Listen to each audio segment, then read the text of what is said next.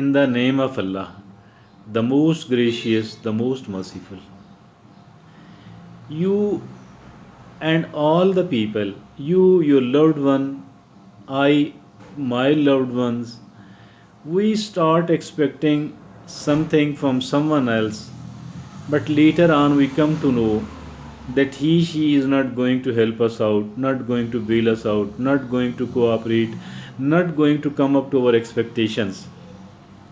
Vice versa, there are certain other people, there are certain other cases rather, where I, my loved one, you, your loved one, start do not do not attach any sort of expectations from someone else, but still we do succeed in getting a sort of help, a sort of cooperation from a person who was not looking so cooperative or good, but she does come up to our does come up to much more than our expectations, not just the expectations, not just our necessity, or at least our necessity. What does it mean? What can we learn out of a thing like this one? What can we learn out of a cases like this one? I think that whatever we can learn is that never ever fall into despair, never ever become a hopeless human being, never ever lose hope, always stay hopeful, because you don't know, even you will be getting the help from where it was not expected. You had not attached an expectation from someone else. Some stranger might help, an opponent might cooperate, and a loved one might not be any use and might not be any help. What to do? Never ever lose hope. This is what we can learn.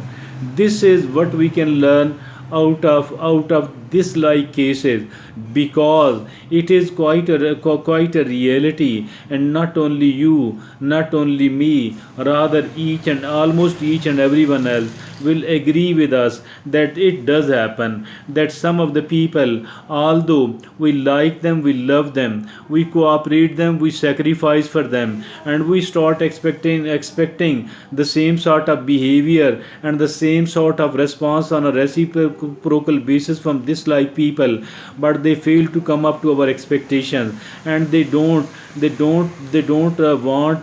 like to help us out, they don't like to bail us out, and vice versa, or quite contrary, conversely, there are certain other people from whom we didn't do anything else, and we did not make any sort of sacrifices, and that is why maybe we had not attached any sort of expectations from this like people, but they do help us, they do cooperate us.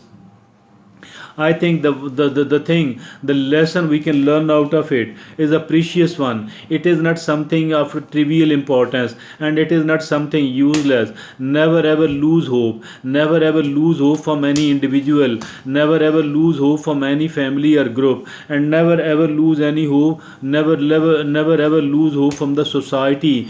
Keep working, and keep working with the spirit, and keep working with the enthusiasm rather, but to be able to work, we need a kind of hope and not a despair. If at all somebody has fallen into despair, if at all somebody has become a hopeless human being, she will never ever be able to work, to carry on the work, because first of all, a hopeless man will never ever command one's mind and subconscious mind, the conscious and the subconscious mind, to generate the ideas which could be of great help, the ideas which could somehow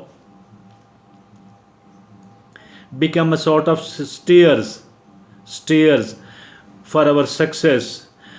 Our mind should generate the ideas, but a mind fallen into a despair, a man who has become hopeless, a lady who does not carry any sort of hope, these people's mind I think so, become redundant. These people's mind does not help them much. Why? Because a despair, because a hopelessness does not command the mind to generate the ideas. Rather